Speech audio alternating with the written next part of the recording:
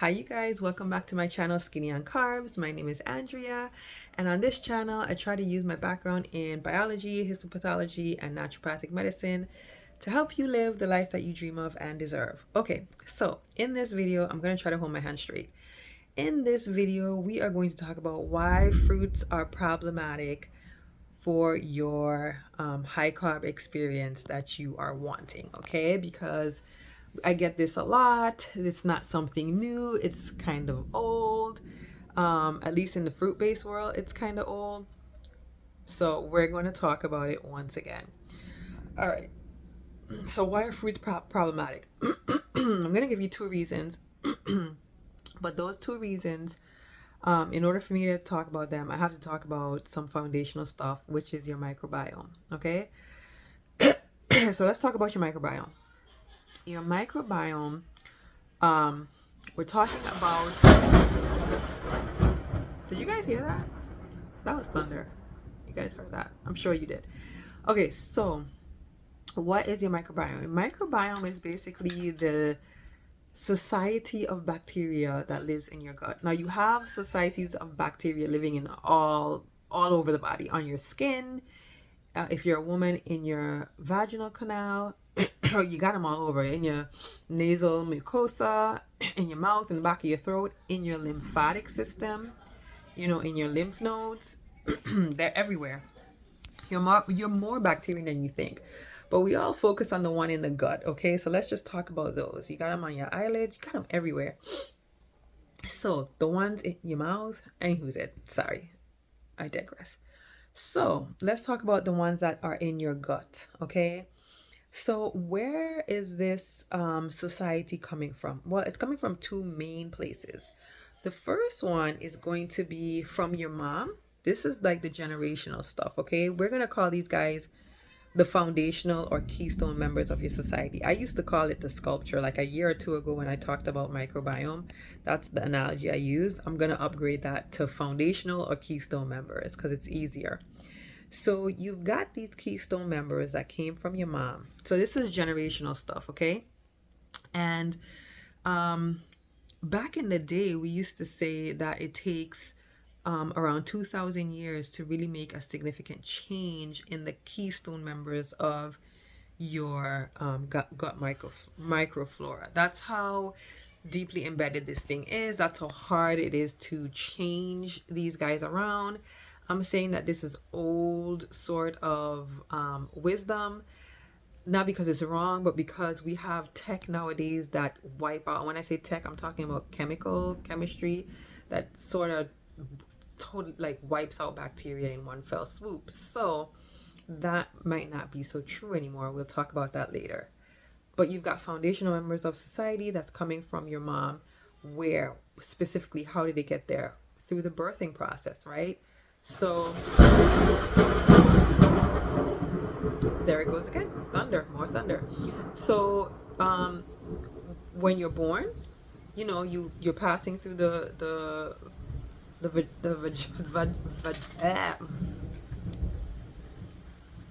I want to say vagina, but it's not vagina, it's vaginal canal. Okay.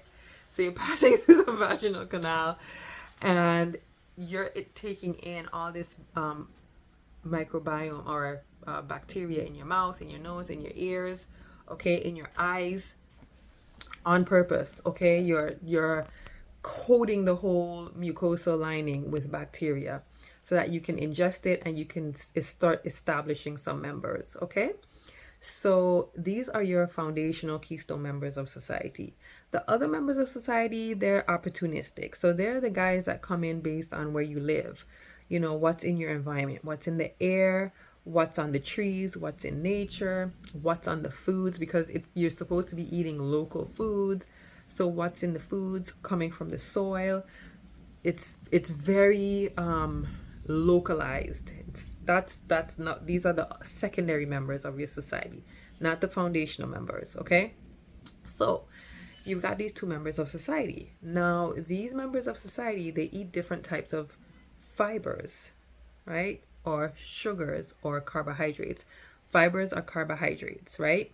Fibers are carbohydrates that you don't digest. Your gut microbiome digests those. So you don't derive energy directly from them because you're not feeding them into the carbon electron transport chain to get ATP. So these fibers are specifically for your gut microbiome. Fibers are carbohydrates. Now, your keystone members eat a very specific type of fiber, so a specific subset of fibers, okay? Because you have many different types of fibers. You have two different classes. You have the insoluble and you have the soluble. And then in those two classes, you still have a lot of subsets of fiber types. Your foundational members eat a specific subset of the fiber types, right? And these are the fibers that you are going to find in your FODMAP foods, right? Fermentable fibers. So FODMAP foods are just foods that are high. I thought the thunder was coming again because I saw lightning. So these fermentable fibers are going to be found in your high FODMAP foods, okay? This is the type of stuff that your foundational members eat. All right, so an example of a sugar that they eat, that only they eat, the other guys don't eat, is oligosaccharides, right?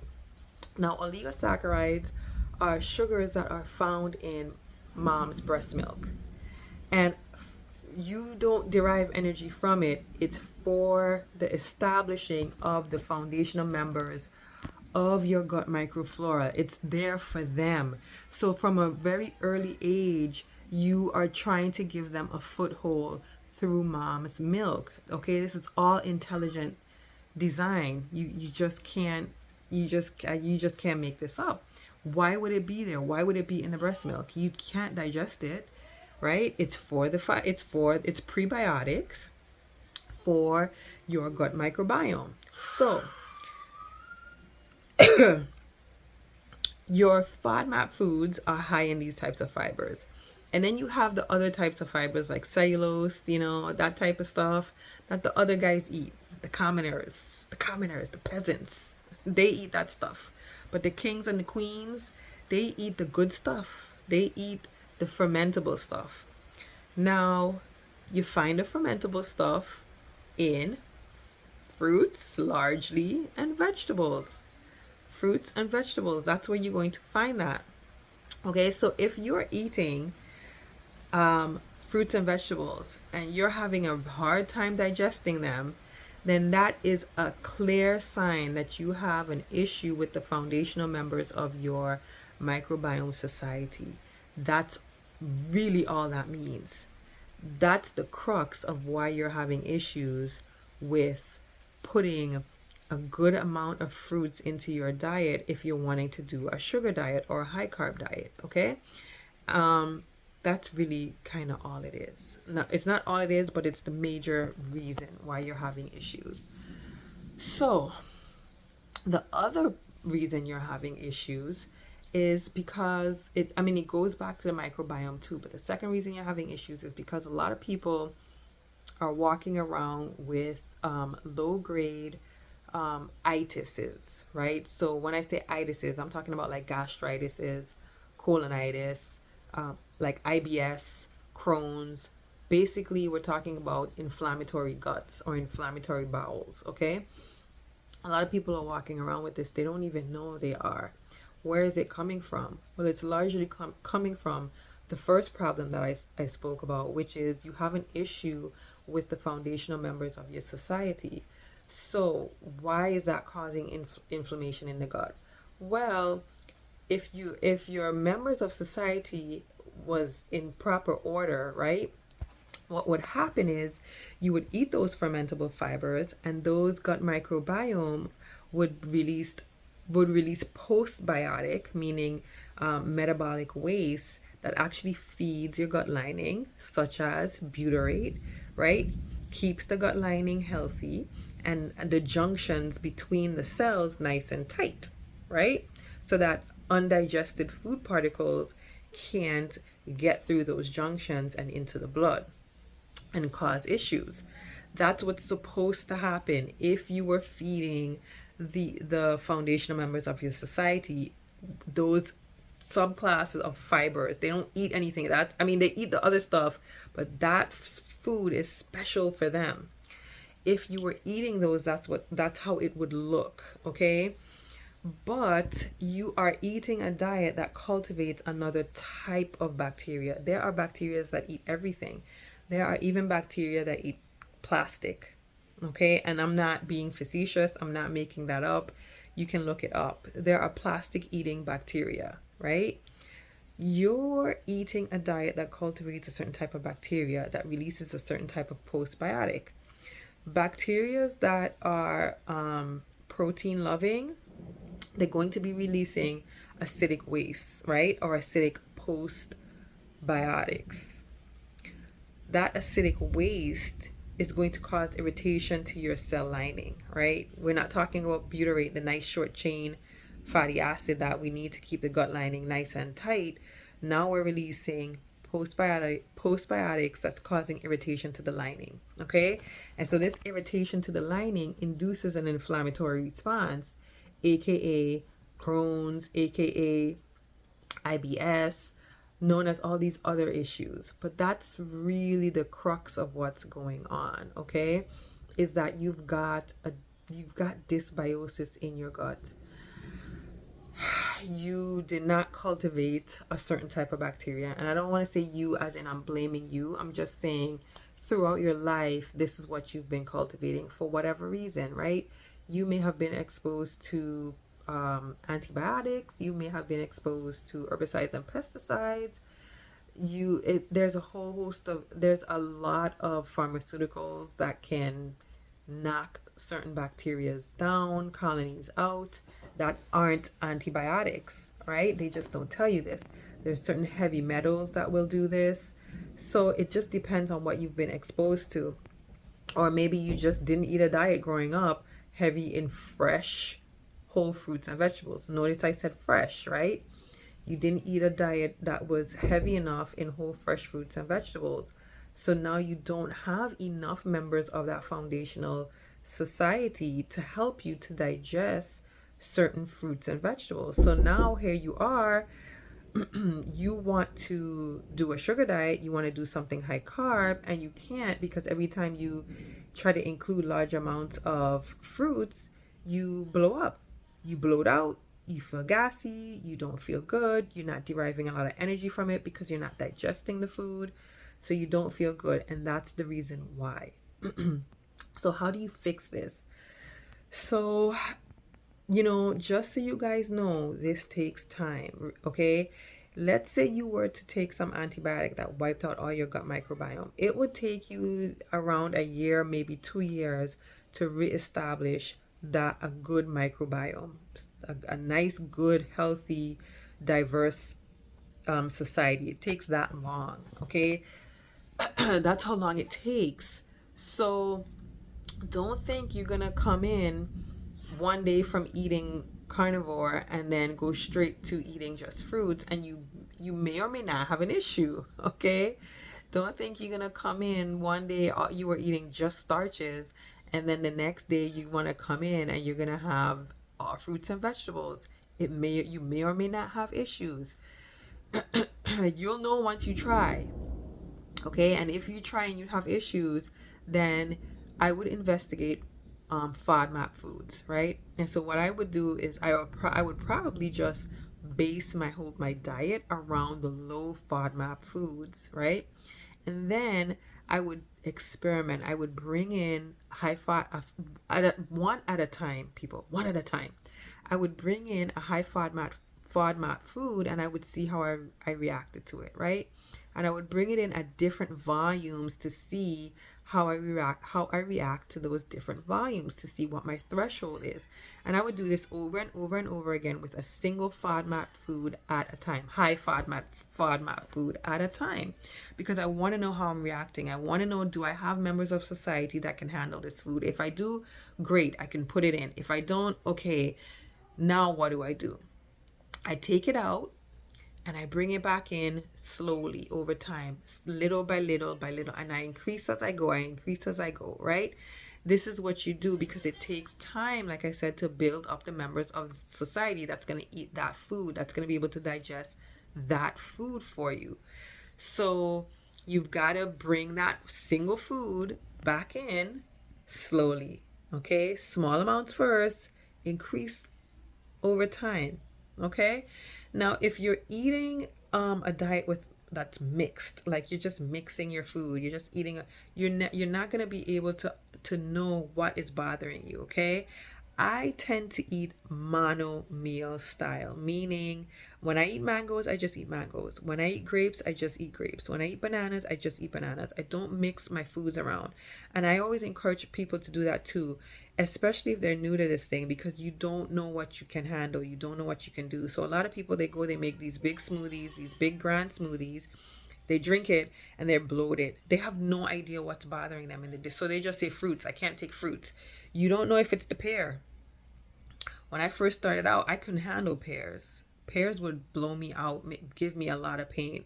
It's a high FODMAP food, and I was not a pear eater as a kid. I didn't eat pears ever, to be honest with you. Pears is not a Caribbean fruit. Yeah, mangoes, papayas, those things, yeah, but not pears. And so when I started eating pears, I had the worst gas. Dragon fruit was another one. Now I can eat those things in abundance with no issues. I just brought them in little by little. I would eat one pear at a time, one pear at a time. Now I didn't just eat a pear throughout the whole day. I would snack when I'd have my meal and then I would snack on a pear in between, right? And it didn't bother me, just that one pear. If I tried to have two or three or try to make a meal out of it, then it would bother me. But one pear, not a big deal. So I would snack on it.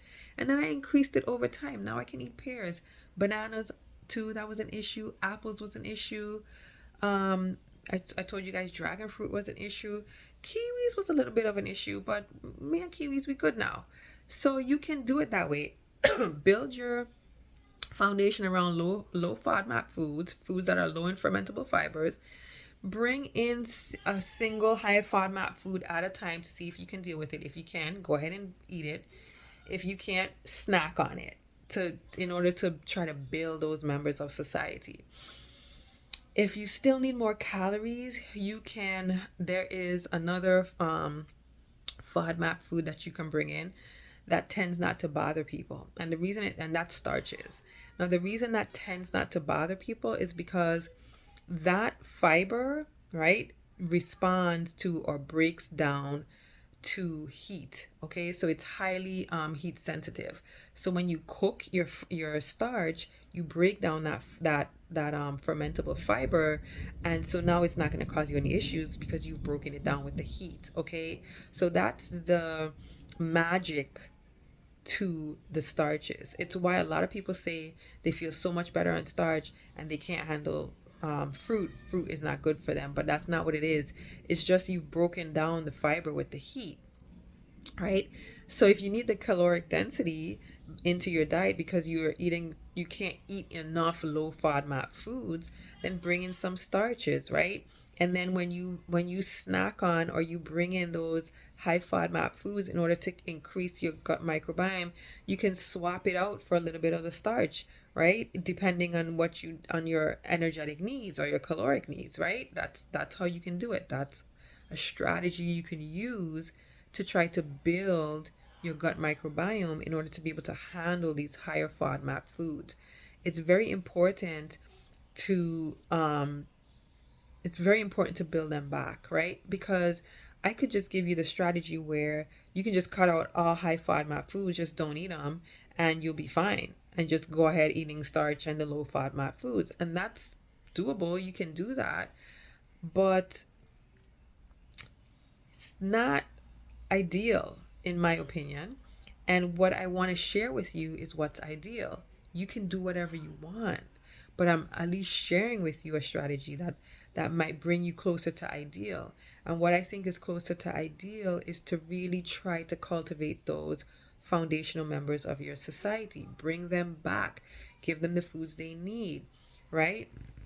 So try to build them back little by little with those fermentable fibers. Okay? To just not eat those foods to me is very similar to what the low carb community did with the whole with the diabetic community, right? Where they would say, okay, so you can't metabolize sugars, don't eat carbs, right? Just eat fats. Just eat high fats and high protein. And all you were really doing was you were masking the problem. You really didn't get to the crux of the matter, which is we need to fix our inability to metabolize sugar. That needs to be fixed, right? If you just don't eat the sugars, that doesn't fix the problem. You just mask it. And it's the same thing I'm saying with the, oh well, if sugar doesn't work, I mean if fruits don't work, then just don't eat fruits. And it's like, no, I get it, take them out, but you got to try to bring them back in. You got to try to build back because the core problem here is that you don't have the foundation. Anyone that cannot digest fruits, if fruits is an issue, you have a problem with the foundational members of your society. This is big. This is a big deal. Okay?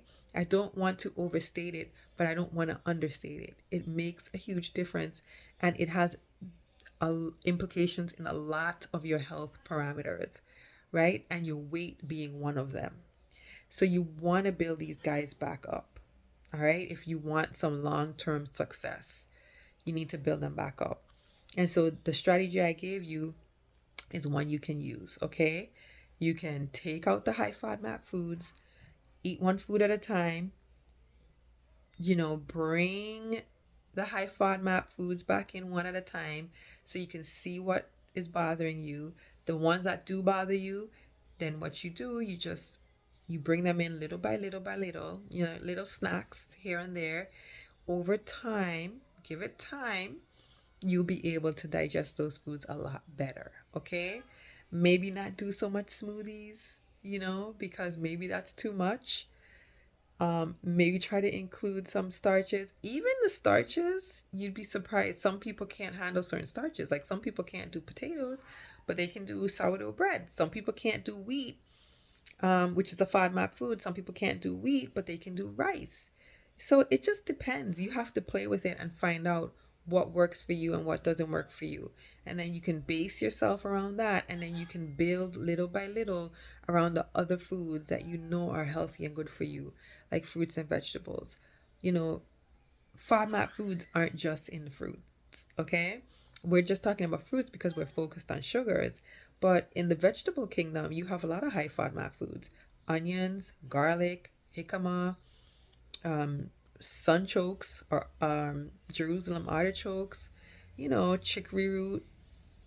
There's a lot. And they all have different types of fermentable fibers in them that feed those foundational members of your society.